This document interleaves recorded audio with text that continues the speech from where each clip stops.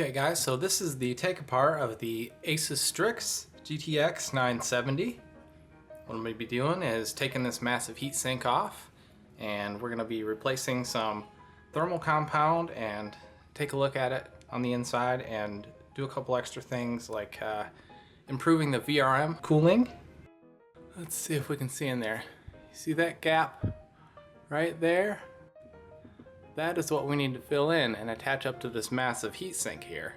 And this VRM on my Strix and my girlfriend's were both getting up to upwards of 90 plus degrees Celsius. And that needed to be improved because I want these cards to last a long time for me and whoever gets them afterwards as well. Now what you're gonna want for this project, thermal pad.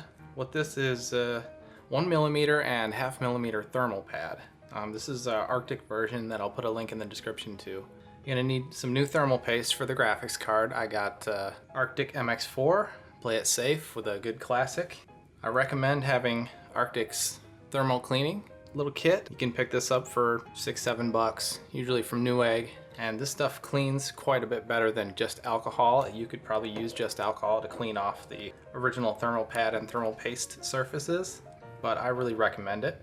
And you'll need a small screwdriver with some small bits. I got my small screwdriver, got small bits. The Asus takes Phillips screws, and this is not quite a requirement, but I recommend it as well, is 3 of these very small little heat sinks, call them memory heat sinks. They come with a little thing of thermal tape on the back. And what this is gonna do is, I'm gonna put it on the VRMs, I believe that's VRM for the memory, on the back end of the card that doesn't have anything on it. And one last tool I did forget to mention is you'll probably want something like this, some ESD safe tweezers. These are from iFixit, they're very nice. So let's get to disassembly and cleaning. Now here we're gonna start on the back end of the card, and all you have to do is remove 4 screws here. And I am actually gonna peel that sticker off with my little ESD safe tweezers here. Now you're gonna have to apply some force on these screws so you don't strip them, not a massive amount. You'll see they bounce out. They got the little springs on them. That's what actually keeps it held tight to the actual video card die. Make sure you save those screws. And this should just lift right off if you're lucky. What you're gonna have to do is find where the fan is plugged in here and unplug that. Sometimes those are a bit tricky as well. You wanna be careful with that. Kinda maneuver it out very slowly. Got enough room for me to set it down.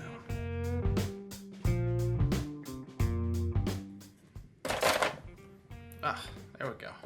So we got them separated, and there's one more little thing we have to take off, which is this heatsink. This is the VRM heatsink I was talking about. That's not high enough to make contact with this, so it's all by itself, and it barely cools it because the fans on the Strix actually don't run a whole lot. So I'm gonna have to take that up. You'll use your same screwdriver.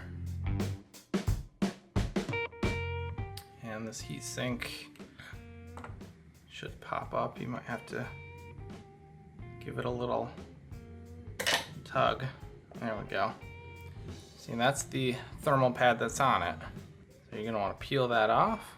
And you could always reuse this. I don't like to reuse thermal padding if I can help it, so I'm just gonna chuck this stuff.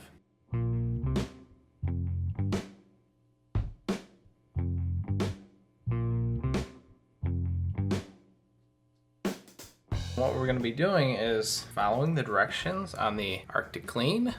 Use number 1 first. Just let it drip drop onto there. Try not to soak it. You can use the tip of it to move it around a bit. Just try to get everywhere that there's some thermal material. You can already see that it starts to melt this stuff away. You want to leave it there for about a minute. Now what you want to do after you let it sit for a second is wipe it up very carefully. You can see it gets it off quite a bit. You want to use different pieces of your cloth or paper towel so you're not just spreading around. Try and get some of that chunky stuff. Now it looks like I'm going to need another application of part 1. Alright, so I'd let it sit again. Get that hard stuff up. You can see there's still quite a bit coming up. I think I'm going to apply one more application of this stuff. Now for my final wipe. And now we're going to use the thermal surface purifier number 2. We'll give it a good wipe. Should look more or less like this. Be clean.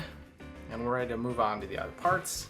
basically do the same thing to the rest of the components that have had either thermal paste or thermal pads on them. So I'm going to go through that same process with this heatsink that was on the VRM. Alright, so it's nice and clean. Okay, now we're going to move on to the PCB. These are the primary ones we're concerned about. These are little VRMs over here as well. But this is where I'm going to put my little extra heat sinks. I'm going to start over here on top of these VRM. I'm just going to put a little tiny bit on top of each one. See if I can get up that thermal material. Okay, and while you let that sit, we may as well move on over to the GPU die. And we're just going to coat the absolute bejesus out of this area. Because this stuff that Asus put on is a nightmare. And we're gonna let all that sit and then we'll wipe it away. We'll probably do it a couple more times. And it looks like that first coat did a very good job on those. Now we're gonna move over to the GPU die. And what I'm gonna do is I'm gonna kind of soak this stuff up first. Now, getting up all of this thermal material is probably not possible because there's so much stuff caked around the die. What I am gonna do is take my ESD safe tweezers and very, very carefully chip at it, kind of. You got to be very careful not to damage any of the little tiny capacitors in there. It doesn't take a whole lot of force to pick it up. Try not to scratch the PCB or anything. And the side of the GPU die is actually curved, so you can kind of run this up along it and get everything up pretty safely. Alright, now I'm going to apply some more thermal material remover. Now my GPU die is ready for another wipe after having soaked all that stuff in. Very gently try and get everything soaked up. So we're going to do one more application here.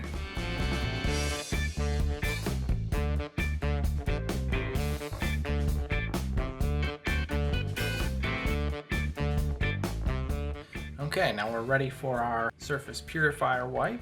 Both the VRMs and the GPU die. Around the edges, I'm basically just going to soak it up. And there you go. That is definitely nice and clean. We'll do the same thing over here to the VRMs. Same kind of principle, or you just want one like tiny little dot. Basically, you just want it to soak it up. Soak everything up. Now the last place we're going to use our thermal purifier is on these VRMs over here. You just want to purify that spot. Alright, and you're done. Okay guys, so we've got everything cleaned up. We're gonna get our thermal padding done for our VRMs, which is the most important part. What I'm gonna do is I'm gonna use a 1mm piece of this on here, and I'm gonna slap the heatsink on. Then what I'm gonna do is I'm gonna cut another piece, and then a 1/2 mil piece, and put that on top. And that's gonna give it the amount of distance it needs to connect all the way to the heatsink itself. So the heat is actually distributed all the way to the heatsink, at least some of it. And that's how I've been able to improve my temps. So I'm gonna measure it against the VRM here, and it doesn't have to be perfect, just rough. You're gonna unwrap your thermal pad. Try not to touch it too much on the contact surfaces.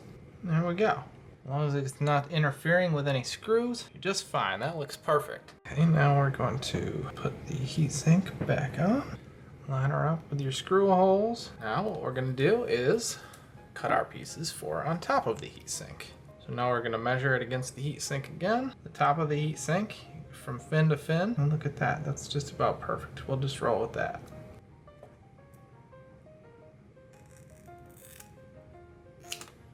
And since I need a smaller piece again for this as well, to make sure that it comes into direct contact with that heatsink, I'm just gonna measure that out again using my other piece.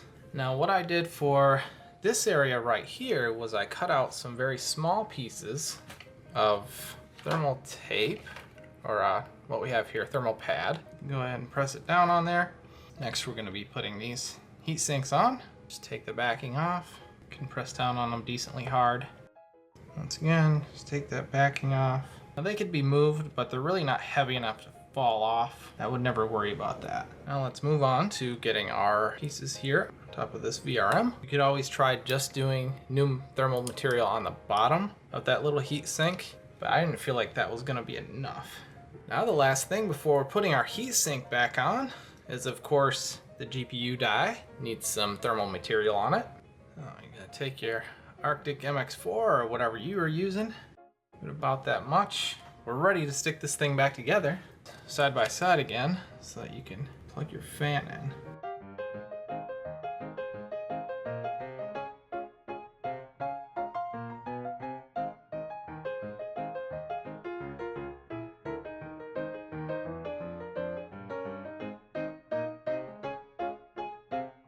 Boom, boom, boom. Now, a quick check, you can see in here, you can see that we have achieved contact with the heatsink. Then over here our other little modification on the other VRMs. And we should be seeing, like I said, a significant drop in temperatures. Alright guys, so I plugged in my Strix, and it looks like it's performing very well. I ran a stress test using MSI Combustor, and you can see down here that the temperatures are doing very well. In fact, the VRM is running at a couple degrees cooler than the actual GPU. Now the VRM on this Strix was actually a little bit cooler to start off with than my original card that I tried this on. However, it was still reaching upwards of mid-80s in terms of temperature. And now you can see it's topping out at mid to high 60s. And the idle temperatures look very good as well, with the GPU and the VRM idling at 30 degrees Celsius to start off. So overall, this mod should increase the lifetime of the card significantly. Thank you everyone for watching. If you liked the video, give it a like. If you didn't like the video, you can give it a dislike. However, please leave a comment as to what you would have changed in the video or why. Happy modding everyone, and I'll see you all on the next video.